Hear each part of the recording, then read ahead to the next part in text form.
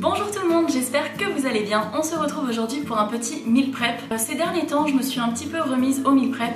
En général, je prépare pour avoir 2 ou 3 jours d'avance en cuisine. Aujourd'hui, je vais faire un petit peu plus, peut-être 4-5 jours, on va voir. Je vais vous emmener avec moi au fur et à mesure que je cuisine.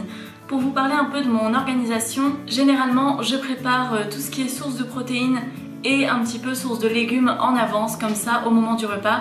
J'ai surtout à cuisiner un féculent, du riz ou des pâtes et ça m'avance énormément et ça motive énormément à manger des choses assez variées, sinon on est vite tenté de faire des trucs assez rapides et pas trop équilibrés, même si c'est pas très grave de pas toujours manger équilibré, mais en tout cas c'est bien d'avoir des trucs toujours prévus d'avance, donc c'est parti, je vous emmène avec moi. Pour la première étape de ce meal prep, je vais faire un curry de haricots azuki avec des petits légumes. Donc j'ai fait cuire des haricots azuki hier, je savais pas trop ce que j'allais en faire, j'hésitais à en faire des steaks et finalement je me suis dit que j'avais jamais testé en curry. Donc je vais d'abord venir faire poêler mes légumes, donc j'ai du chou blanc, de la carotte et du brocoli. Je les fais poêler dans un petit peu d'épices curry comme ça, de la pâte de curry rouge. Après je viendrai mettre du lait de coco et enfin les haricots azuki qui sont déjà bien cuits mais pas trop cuits non plus. Et au total ça devrait me prendre à peu près 20 minutes. Donc là je les laisse poêler pendant quelques minutes. Et ensuite j'ajouterai les haricots, le lait de coco, je couvre et je laisse ça tranquille pendant une quinzaine de minutes. Étape numéro 2, pendant que mes premiers légumes cuisent, je vais préparer un bouillon pour faire du sétan. Donc je mets 2 petites cuillères de bouillon que je vous ai montré dans ma vidéo de sétan. Ça je le mets à chauffer et ensuite je prépare mon sétan. Pendant que tout est en train de cuire, je m'avance sur les champignons puisque je vais en utiliser pas mal aujourd'hui. J'enlève pas la peau, je les ai simplement lavés et je coupe un petit bout du pied. Du coup, j'ai lancé la cuisson des champignons et le temps que je les coupe, les légumes avaient fini d'être un petit peu poêlés, donc j'ai ajouté mes haricots rouges ainsi que la moitié d'une brique de lait de coco et j'ai mis à peu près un petit verre d'eau. J'ajouterai ensuite un petit peu de sauce soja dedans et mon bouillon est chaud, donc je vais pouvoir passer à mon sétan. Car pour rappel, il faut toujours mettre du bouillon chaud dans le sétan, sinon ça marche pas très bien. Cette fois, je vais mettre 120 g de gluten et 25 g de farine de pois chiche, ou 30 g, je vais mettre 30 g. J'ajoute un petit peu de bouillon. Je pétris d'abord à la cuillère et après je le fais à la main. Oups.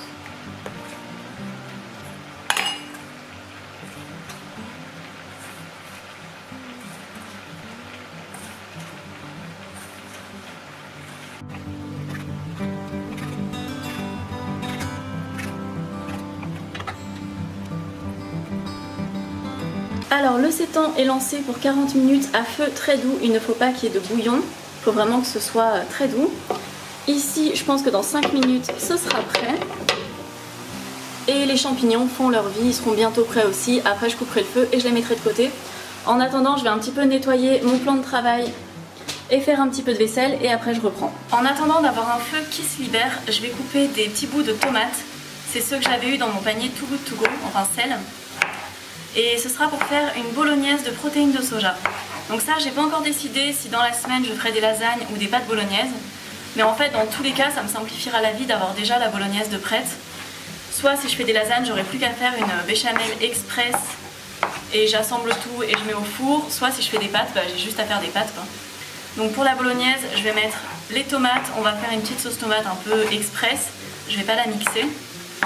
Je vais mettre les protéines de soja dedans et je mettrai un petit peu de champignons. J'aime bien quand il y a des champignons dans la sauce bolognaise végétale.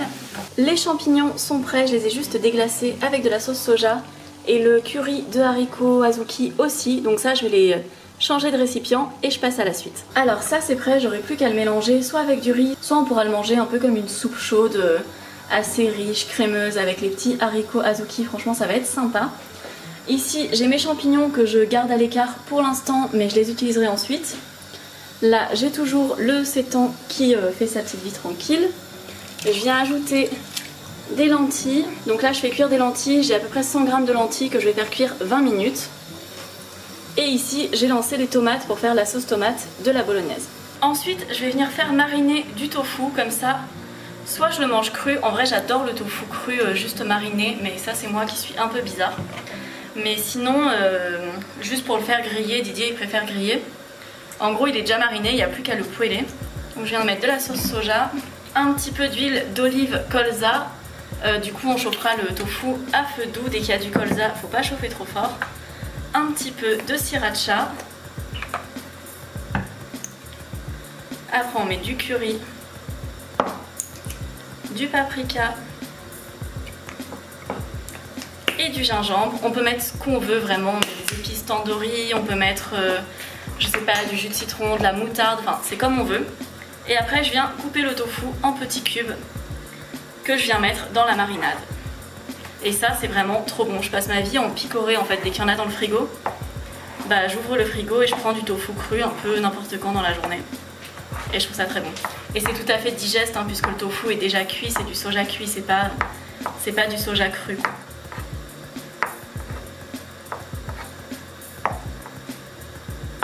Hop. On met dans la marinade. On remue. Et après on laisse de côté. Mes tomates ont bien réduit, j'ai ajouté de l'huile d'olive, des épices et du sel.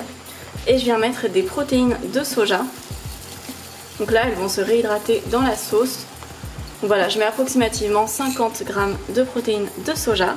Je mélange et je laisse ça reposer environ 15 minutes. Bon, on change un petit peu d'angle. Donc là je vais préparer un cake aux olives et aux champignons, sachant que Didier n'aime pas les olives. Donc je vais essayer de mettre les olives que dans une moitié du cake.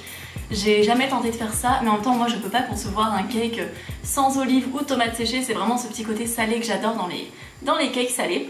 Et il nous servira pour manger la terrine de lentilles. Donc c'est parti, je vais couper mes olives et après je vais faire le cake. Donc je fais la recette du blog Patates et Cornichons qui est très bien. Je vous mettrai le lien en barre d'infos. Donc elle fait un cake aux tomates séchées et aux tomates cerises, mais moi j'ai adapté en version champignons olives.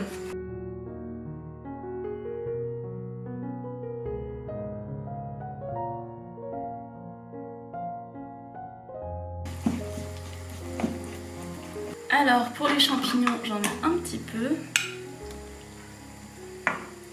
Et je viens le mettre dans un moule.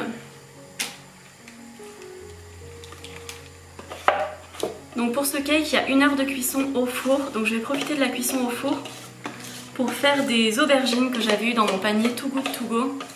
Et je vais les faire au four aussi. Elles me serviront pour mettre sur une pizza.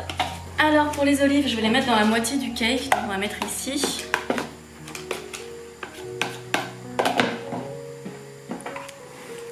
Et je vais remuer un peu pour qu'elle rentre dedans. Voilà, comme ça il y aura la moitié du cake pour moi et l'autre moitié pour Didier.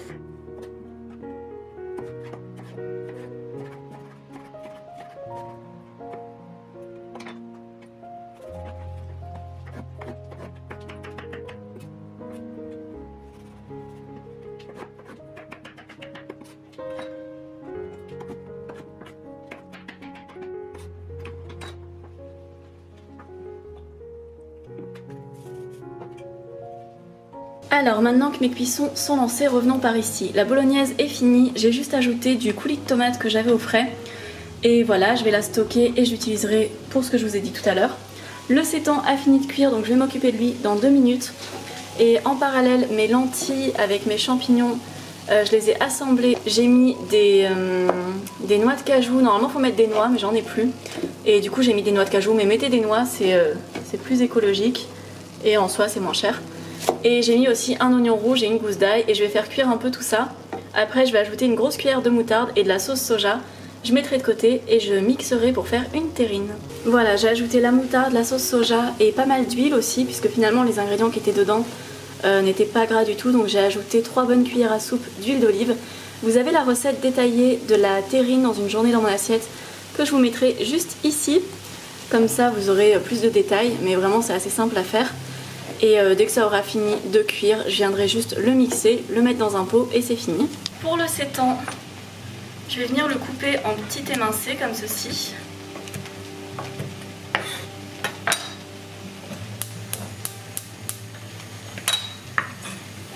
Il est vraiment très tendre, la texture est hyper agréable. Vous avez été beaucoup de personnes à le tester dans ma dernière journée dans mon assiette et à avoir beaucoup apprécié. Donc n'hésitez pas à le tester si vous voulez débuter avec le sétan ou vous réconcilier avec si vous avez déjà testé et que vous n'aimiez pas. Cette recette est vraiment tendre du moment qu'on ne la fait pas bouillir trop fort et qu'on ajoute bien du liquide chaud au début. Voilà, ça se passe très bien en général. Donc là, j'ai fait chauffer ma poêle, j'ai mis de l'huile d'olive dedans. Je mets mes sétans dedans, mon sétan. Je finis de couper ça. Alors, mon sétan a commencé à dorer. J'ai ajouté un petit peu plus d'huile d'olive. Et je viens mettre du sucre. Donc l'équivalent d'une grosse cuillère à café, on va dire.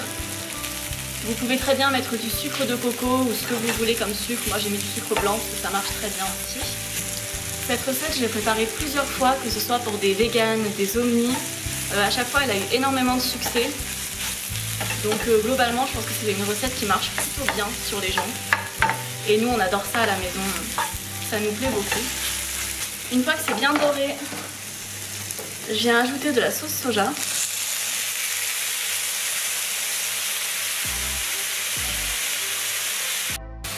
Et à côté de ça, j'ai gardé un petit peu du bouillon de cuisson dans lequel j'ai ajouté une cuillère à soupe de maïzena.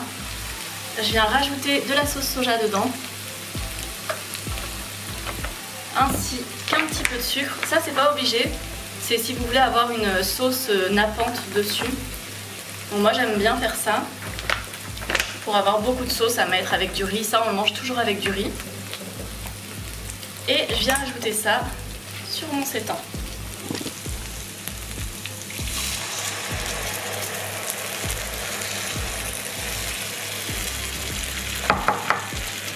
Et maintenant je le laisse juste absorber.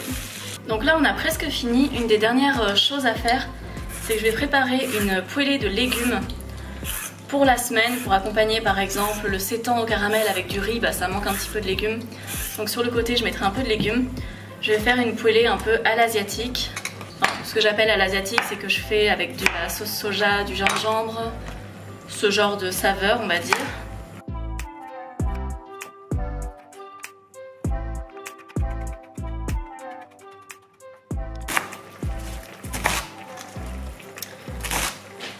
Voilà pour les légumes. Ce que je vais faire, c'est que je vais récupérer la poêle dans laquelle j'ai fait chauffer les ingrédients de la terrine de lentilles.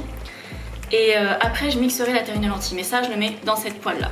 Donc voilà, j'ai lancé la poêlée de légumes. J'ai mis un fond d'huile, un petit peu d'eau juste pour pas que ça accroche. Et bon là à côté on a le sétan. Et je vais venir couvrir comme je peux avec un couvercle pas adapté, c'est toujours mieux. Et ici j'ai le sétan qui caramélise tranquillement. Et la dernière chose à faire, en fait concrètement maintenant il n'y a plus qu'à surveiller, il n'y a plus grand chose à faire, c'est que j'ai mis toute la poêlée de lentilles, bon à une main c'est pas facile, bon je le ferai après, j'ai mis toute la poêlée de lentilles dans mon robot, j'ai plus qu'à mixer jusqu'à avoir la consistance que je veux. Donc voilà pour le pâté, j'ai dû finir sans vous parce que la batterie de ma caméra a lâché, mais du coup bah j'avais plus rien donc ça tombe bien, j'ai mis le pâté dans sa petite boîte. Ça c'est la poêlée de légumes, du coup j'ai ajouté de la sauce soja et un petit peu d'épices satées finalement. Et c'est très très bon, j'ai laissé le brocoli un peu croquant, puisque ça par exemple ce sera pour faire un sauté de nouilles ou du riz frit, ou pour accompagner le sétan au caramel et ce sera recuit. Donc je veux pas que le brocoli soit trop cuit. On a le cake moitié olive, moitié champignon qui est très bien, qui a l'air très bon et qui sent super bon. On a les petites aubergines que je mettrai sur ma pizza dans la semaine. J'ai pas préparé ma pâte d'avance car la pâte à pizza ça se prépare pas trop d'avance, je trouve ça moins bon. Et ça vraiment c'est trop bon, on n'arrête pas d'en manger depuis tout à l'heure avec Didier. Du coup j'arrête pas de la réaplatir pour essayer de faire un truc joli mais c'est super bon vraiment, elle est délicieuse. Ensuite on a le tofu mariné, pareil on n'arrête pas d'en picorer depuis tout à l'heure, il est très très bon. On a le sétan au caramel mais qui est délicieux. Vraiment voilà ça va nous faire un seul repas hein, clairement. Ça se mange tout seul, c'est très très bon. On a la bolognaise de protéines de soja. Et enfin on a le curry de haricots azuki. Donc si on regarde bien on a quand même pas mal de sources de protéines intéressantes. Là on a les azuki, là on a le tofu. Là on a une base de lentilles. Ici on a le sétan qui est vraiment une excellente source de protéines. Et ici on a les protéines de soja, pareil c'est une super source de protéines. On a une poêlée de légumes qui me servira pour plusieurs repas. les petites aubergines. Bon là il n'y a pas énormément de protéines mais il y a plein d'autres apports intéressants.